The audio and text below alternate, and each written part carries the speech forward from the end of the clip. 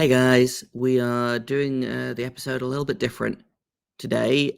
This is not a news episode. We are doing a little bit of a tribute episode. We are going to be remembering Johnny Gaudreau. I've got some stories of my own that I want to share. I've got some stories that fans have sent in, and I should talk a little bit about the good of Johnny Gaudreau because it's been a lot of sadness over the past week or so. And so I really wanted to do something that was let's share some great stories about Gaudreau, about on the ice, off the ice, all kinds of things. Um, so we're gonna talk a little bit about kind of my favorite things about about Gaudreau, what I'm always going to remember, and then I've got a couple of emails, I've got a couple of Twitter DMs that I just want to read, a couple of stories from fans. So I wanted to start out with the fact that I was a Johnny Gaudreau fan before he was in Columbus, and I think that's true for a lot of people. He was one of those players that I feel like so many people, if they had to say, "Oh, who's your favorite player who doesn't play for your team?" Like Johnny Gaudreau was always up there. He was one of those players that no one ever really had anything bad to say about him. Either other players, other fan bases. I know that he got some criticism from the Devils fan base when he didn't sign in New Jersey, when he chose Columbus instead. But, apart from that, I don't think I saw a single bad thing about Gaudreau kind of as a person, as a player, anything like that. Um, and to me, that feels rare because I feel like even if you think that your guy on your team is like the most likable guy ever, there's always going to be someone on another team that's like, well, I don't like him because of this, and I don't like him because of that, and like you just didn't see that with Gaudreau. So like, I think that really kind of highlights what it's been like the past week or so. Is that like I said, there's been a lot of sadness, but there's also been a lot of people sharing stories of, well, I love this about Gaudreau, and I love that about Gaudreau, and I'm not a Blue Jackets fan or a Calgary fan, but this is what I'm always going to remember. A couple of favorite moments for me was, I think, the first one is going back to how long I have liked Johnny Gaudreau as a player is the 2015 All-Star game in Columbus is something that's always going to stick with me. And I think specifically about well, getting scared by the cannon, which I'm always going to think is funny, regardless of whether you're a rookie, whether you're a first-time reporter coming to Nationwide, whether you are a veteran that still hasn't gotten used to it. Like, him getting scared by the cannon just always makes me laugh. That weekend there was a ton of great Johnny hockey content. Obviously, the skills competition where Jake Voracek and he teamed up to kind of try and outdo Ryan Johansson using a very small child. In his shootout attempt, Jake Voracek was like, "Well, the smallest person I have to hand is Johnny Gaudreau, so let's go with that." I was going to laugh thinking about that. After the skills competition, people asked, what would you do? Things like that. And he was like, well, I really wanted to light my stick on fire for the shootout competition. But I guess health and safety meant that I wasn't allowed. And again, that was just kind of such a Gaudreau thing of like, I want to have fun. And like it's a game. I want to have fun, we've heard all of the stories about he learned to play hockey because his dad would just throw Skittles on the ice and he would chase them. We've heard the stories of, the giant plate of plain pasta and a Coke as a pregame meal, and then he would go out on the ice and do just amazing things on plain pasta and a Coke. So, some people eat adult meals, some people have, chicken, rice, salmon, whatever. And Johnny Gaudreau was like, you know what, I want buttered noodles and I want a big glass of Coke, and then I am good to go. Just he was a big kid in the best kind of way, I think, and I think that's what a lot of people are gonna remember about him. Um, Coming to Columbus was something that I'm always gonna remember as well. I've told this story on the podcast before, but it was the first day of free agency. I know a lot of people were kind of the Blue Jackets were mostly done. I'd kind of been, on call most of the day in case they did something else. They ended up signing Erica Branson to that deal, and I was like, okay, well, there's your big free agency move. I wasn't in love with it, but it is what it is. They might have a couple of other smaller moves, but my job here is probably done. You know, so it's about 11:30 midnight. Um, I'm lying in bed. I'm scrolling on my phone. You know how it is, and I immediately get someone comes into my DMs and it's just like Jay in all caps, and I was like, "Oh, what happened? Who got traded? What's happening?" I got a text from my boss being like, "Hey, I really hope that you're still awake." And Johnny Gaudreau came to Columbus, and I'm always gonna, I joked at the time. I was like, this is the biggest free agent signing in the state of Ohio sports history. And yes, I'm including LeBron James in that, and that was, I joked about it at the time, but I did kind of believe a lot of that. So from there to kind of realize, oh, it's real. Goodrow wants to be here. Um, a free agent of that level has never signed in Columbus. A player of that level has never chosen to be in Columbus. And I talked about this a little bit when I recorded briefly last week with Gil Martin of Locked On NHL and Zach Werenski at the media availability yesterday said the same thing, and he's like, "Thank you for choosing Columbus when no one else did." He chose Columbus at a time where they were bleeding players. A couple of seasons previously, Bobrovsky left in free agency. Panarin left in free agency. Duchesne was only here for a couple of months. He left in free agency. Pierre-Luc Dubois had just walked out on the team, essentially.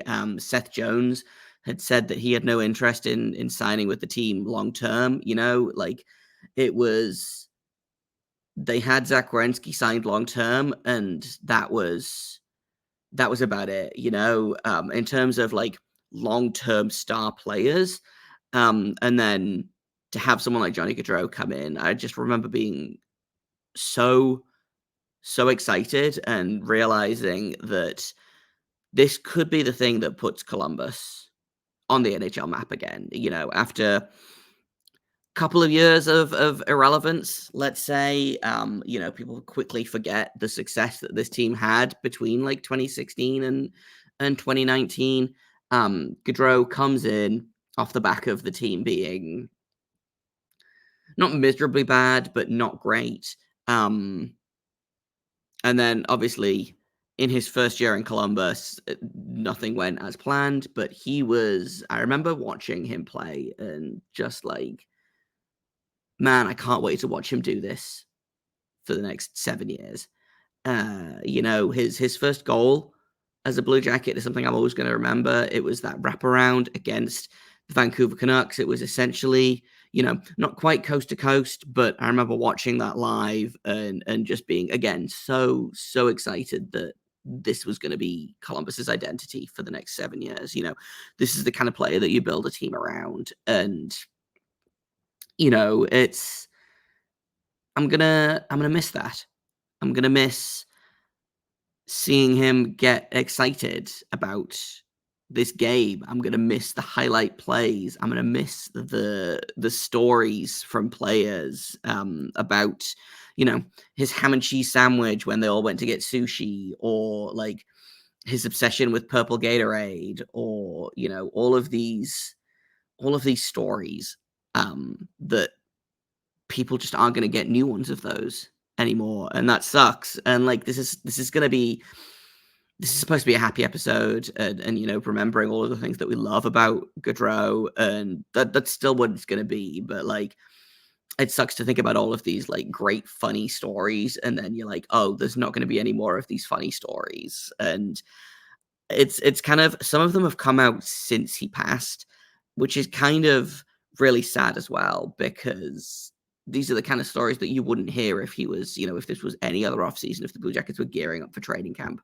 right now. Like, I think for one of them, Boone Jenner on his Instagram post, talked about, you're a great player, you're a great person. I'm gonna miss like playing cards with you on the plane. I'm gonna miss the fact that when we were in Florida, you didn't bring any shoes but your dress shoes. So you just wore like shorts and dress shoes to the beach. That kind of thing. And Eric Branson has been incredible throughout this whole thing. He talked at the media availability yesterday. He talked at the vigil last night, and he had a lot of great stories. And he talked about, he's known Johnny Gaudreau a long, long time. And he's really kind of been the backbone for the organization, I think, and this might be this might be kind of crass for me to say, but what he's done in the past week in terms of supporting the team, in terms of, supporting the Gaudreau family, in terms of supporting his teammates, like, that's worth the $16 million that they gave him a couple of years ago. And I stand by that, because he, I think, is keeping this team together. And that's not nothing, you know? Um, in terms of Gaudreau, again, kind of on the ice, I know that a lot of people criticized him for not ever really living up to that 115 point season that he had in Calgary. Like, his last year in Calgary, people were like, what's he going to do in Columbus? Is he going to be just as good? Is he going to be better? He had 115 points in that final season in Calgary. He had 40 goals and 75 assists. First season in Columbus, he had 74 points in 80 games. Last season, he had 60 points in 81. And so I think there was a lot of people that thought he wasn't really living up to his contract. But I look at who he was surrounded by. I look at the injury luck this team had, and he did everything he could for Columbus, and I saw a lot of people saying, well, if he wanted to win, he should have gone somewhere else. And I still, to this day, maintain that Johnny Gaudreau didn't come here because he thought that this was going to be a cup contender in the next couple of years. He came here because he loved the city. He came here because, everyone had good things to say about the city. It was close enough to home, but not too close, which I'm sure, a lot of people can relate to, wanting to be close to your family, but also not wanting to live, down the block from them. And he really, he did a lot of good things in Columbus, on the ice, off the ice. I think another really great Gaudreau moment that is going to stick with me is, Patrick Laine had his charity initiative where for every goal that he scored last season, he was going to donate $1,000 to a men's mental health charity here in Columbus. Obviously, he played 18 games and scored 3 goals, was injured, and then went into the player assistance program. And like, that was the last time he played for Columbus, because, he's in Montreal now. A podcast came out with some comments about Patrick Laine that, we don't need to get into. We don't need to relive that. They were unacceptable. They were gross, and, they should be embarrassed. I hope they're ashamed of themselves, to this day. And a couple of days after that, they were talking to players, and Johnny Gaudreau kind of said, yeah, no, I've decided that I'm going to take up Laine's movement. I'm going to take up his initiative. And for every point this season, I'm going to donate $1,000 goals and assists. And he finished the season with 60 points. So $60,000 to a men's mental health charity here in Columbus. And that, again, is just kind of, he bought into the community immediately. He was happy here. He loved to be here. I think a lot of people kind of didn't think he was I think a lot of people think that he should have maybe stayed in Calgary, or people think that he should have signed in New Jersey. I think he took less money to sign in Columbus, I believe, than he would have done if he'd signed in Jersey. I don't know how, a lot of people like to bring up income tax and all of that, and how, if he'd stayed in, he left money on the table in Calgary as well, but conversion rate and blah, blah, blah. But I'm still very happy that he chose Columbus, and I'm really happy that we got these 2 years with him to learn what a great player he is firsthand, to learn what a great person he is, and if there's one thing that's kind of come out of this above all else, is that, like, I get it, Calgary fans. Like, I get why you were so bummed that he left, you know? And I think, again, a lot of the anger from Calgary came at being upset that he wasn't on the team anymore. And I get it, because now he's not on Columbus, and I'm really angry about that. Um, Obviously the situations are different, but, like, we only had 2 years with Gaudreau, and I fully understand why he is so beloved in Calgary, because I think if he'd been able to play in Columbus for longer, he'd be, revered here. And a lot of what they did this offseason was to support Gaudreau, to give Gaudreau surrounding cast. You bring in a guy like Sean Monahan, and we're not going to talk about the Monahan contract right now, but you bring in a guy like Monahan, who's, one of Gaudreau's best friends. They played some of their best hockey together. You're setting Gaudreau up for success, and then this happens, and, like, it all just kind of comes tumbling down. I do want to kind of take this moment to say, and after this, I'm going to go on and I'm going to read a couple of emails and a couple of DMs that I got from listeners, from fans, from friends. There is going to, and to just kind of echo what Don Waddell said in his media availability yesterday with the Blue Jackets. Like, yes, we are going to have conversations about the salary cap. We're going to have conversations about what this team does going into next season without Gaudreau. How do you, from a pure hockey standpoint, like, how do you plug a hole in the offense like that? And those are conversations that we'll have to have. We're not having them right now. And I've had a couple of comments, I've had a couple of questions about, like, how do the Blue Jackets hit the salary cap floor? Like, how do they replace Gaudreau on this team? And, like, again, those conversations are going to have to happen. They're not happening right now. I can't have those conversations right now. I think it's inappropriate to have those conversations right now, even if I was, like, emotionally prepared enough to have those conversations. They'll happen at some point. Those conversations aren't happening right now. So, like, I appreciate you guys being enthusiastic. I appreciate you guys reaching out. I'm not answering those questions. I'm not going to do that right now. Right now, we're thinking about the Gaudreau family. We're thinking about this team grieving together, and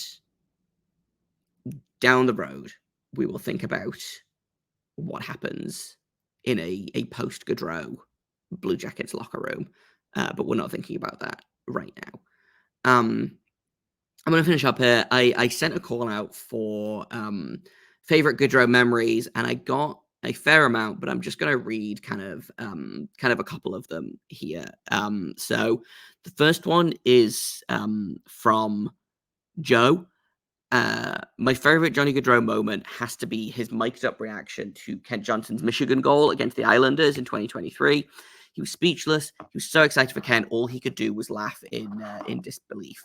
From the outside looking in, Johnny meant a lot to the younger guys on the team and seemed to embody the role of a dad on the team as he treated the rookies and the younger guys to dinner on road trips. He helped mentor them. to the city and the fifth line. His desire to be here meant a lot. Even if the 2 seasons were not the best in terms of personal and team performance for him, he did not waver in his stance that he wanted to live in Columbus. He wanted to raise his family and win hockey games here. He and his brother Matthew will be forever missed. And again, that's from Joe. So I appreciate Joe, you reaching out, because I completely agree with all of this. Gaudreau and Kent Johnson, I think, that's a friendship that's gonna sting for a while, and I didn't really get a chance to talk about it, but Cole Sillinger, he spoke at the memorial, the vigil last night, which I think we not to this is maybe gonna get a little bit rambly here, but this team is so young.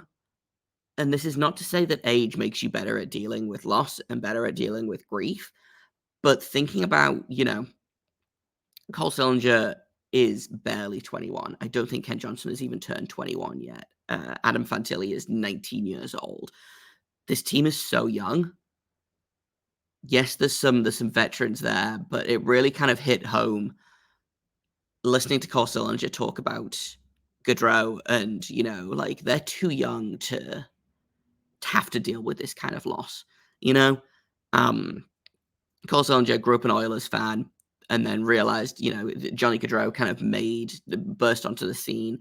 There's a great picture of Cole Sillinger, the Oilers fan, in a Gaudreau jersey. Kent Johnson as well, obviously grew up in BC, grew up a Canucks fan, smaller player, idolized Gaudreau. His Instagram story, I think, said something along the lines of "Thanks for inspiring me." And there's a picture of maybe 10-year-old Kent Johnson at a Flames game with Gaudreau in the background on the ice, and so that's what I'm going to think about. Is the younger players that he's inspired, the younger players that he's supported in his career, and I don't know what this team does with the number 13. I don't know if they retire it. I saw some people saying that they should offer it to Sean Monahan. I don't know if Kent Johnson takes the number 13 back and wears it for Gaudreau, in the same way that Cole Caulfield has changed his number to 13 this season, in a similar way that Pierre-Luc Dubois changed his number to 80 after Baptiste Kivlenieks passed away, to honor him. So I don't know if anyone in the organization wears 13 this year or ever again, but if anyone did, I would think it would probably be Kent Johnson, who wore 13 because of Gaudreau right up until they were on the same team, and then he was like, "Well, I guess I have to give this number up. It's Johnny's now." Johnny was like, "No, he can keep it. It's fine." And Kent Johnson, I say, essentially on the long lines, was like, "No, it's done. I've already picked a new number. It's yours now." So. And again, to speak to the kind of person that Johnny Gaudreau is he's a big deal. Kent Johnson was coming into his sophomore season in the NHL. Gaudreau could very much have walked in and been like, "Listen, I want 13. What'll it cost me?" And to have him come in and be like, "Oh man, I didn't even think about that. He can keep it. I'll change numbers." Is just, again, kind of speaks to the kind of person that Gaudreau was. So that's kind of, again, what I'm gonna think about is the impact that he had on the young players in this team as a teammate and as like an inspiration as well. Someone else that sent me an email is Ian Boisvert, who's one of the co-hosts over at Locked On Canadiens. I wanted to give you something for the tribute episode. I remember when Gaudreau was just about to break into the league and the hype was so very loud. I'd only been watching hockey for a few years, and I remember thinking that it was all a little much. 4th round pick, under 5'10", what's all the noise about? And then I saw him play. Just the one year of that game, just the one game that year to burn the first year of his deal. Of course, he scored, and all of a sudden, the hype made sense. He never really looked back. He was the kind of person that he was the kind of player that you would pay to go see. Hockey is a lot less cool without Johnny around. I hope the Jackets fans can find peace in how universally beloved this man is. Sending my best from Habsland, Ian. And that, again, is something that I've kind of been thinking about a lot, is just how many fans from different fan bases have reached out to be like, "We love Johnny Gaudreau. we're so sorry. We're thinking of you guys. We are rooting for you guys this season. If I can very briefly just go into the YouTube comments of, I did a small episode last week. Habs fans, Islanders fans, Oilers fans, just so many different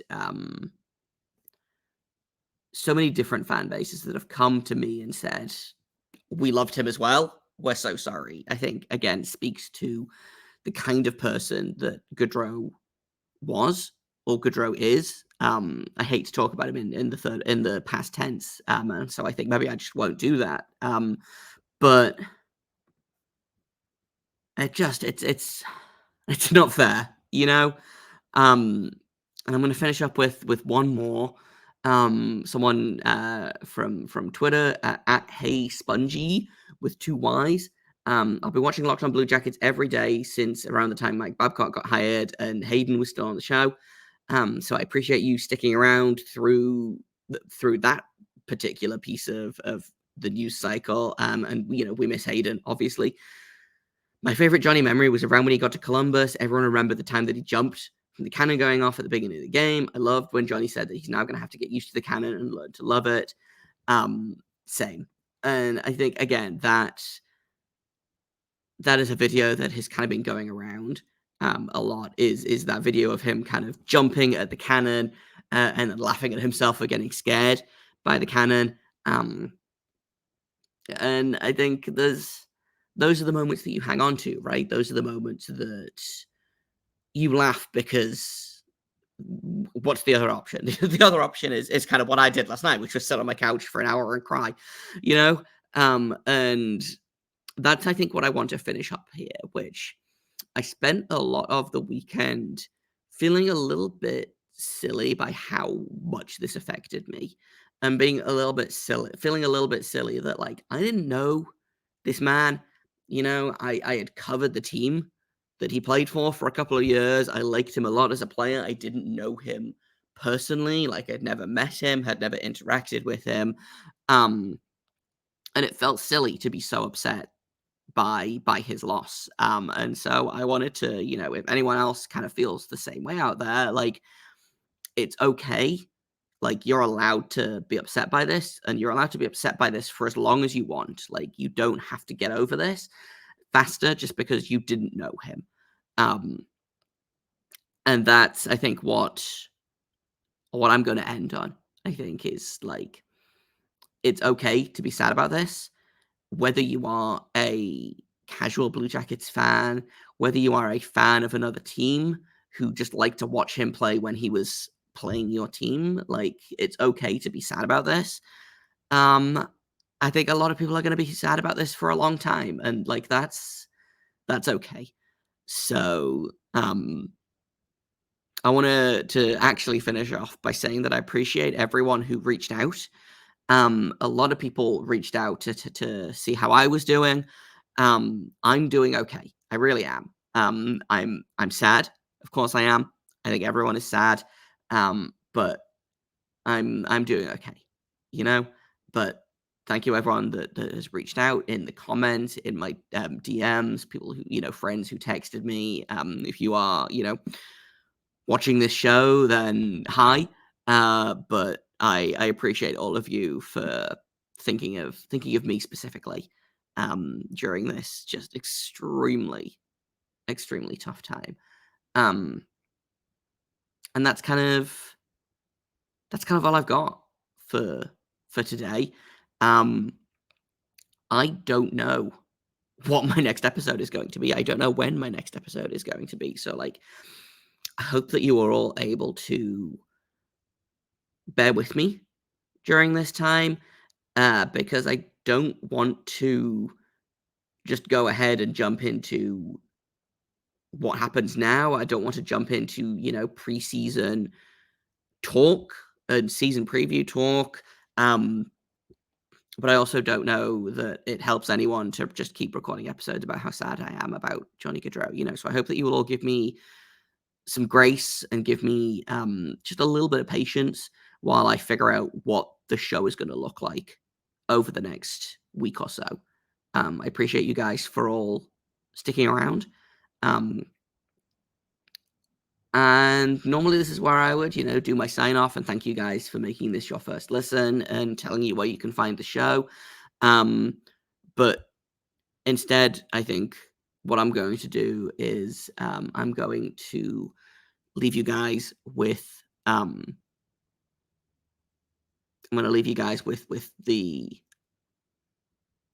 last thing that I kind of have to say here, which is there's a GoFundMe for Johnny's brother Matthew, his who also passed away, his widow, and their unborn baby.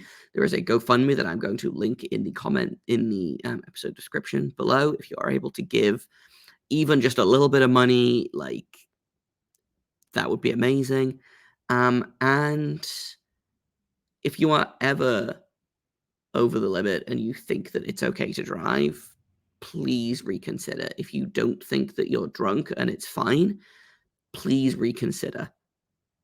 Just because you think that you're okay to drink doesn't mean that you are okay to drive. It doesn't mean that you are. Like, call an Uber, call a friend. It's not worth it, you know? So that's all I've got for today. Thanks for listening, guys, and whenever I am back, hopefully I will see you guys back here with me. I don't know what that'll look like yet, but I will keep you all updated on that. The best place to go is probably the Twitter, LO_Blue Jackets. It feels weird to plug my social media at this point, but that is where we're going to have the most kind of up-to-date information on what is happening with this show. Just because we've done this episode doesn't mean that you can't keep sharing your stories and your favorite Johnny Hockey memories and things like that. So please, if that brings you comfort to talk about him, like, my DMs are open, the comments for this episode are open. Come on in, So I don't really have a good sign off for this episode, but thanks for listening, and hopefully I'll see you guys sometime soon.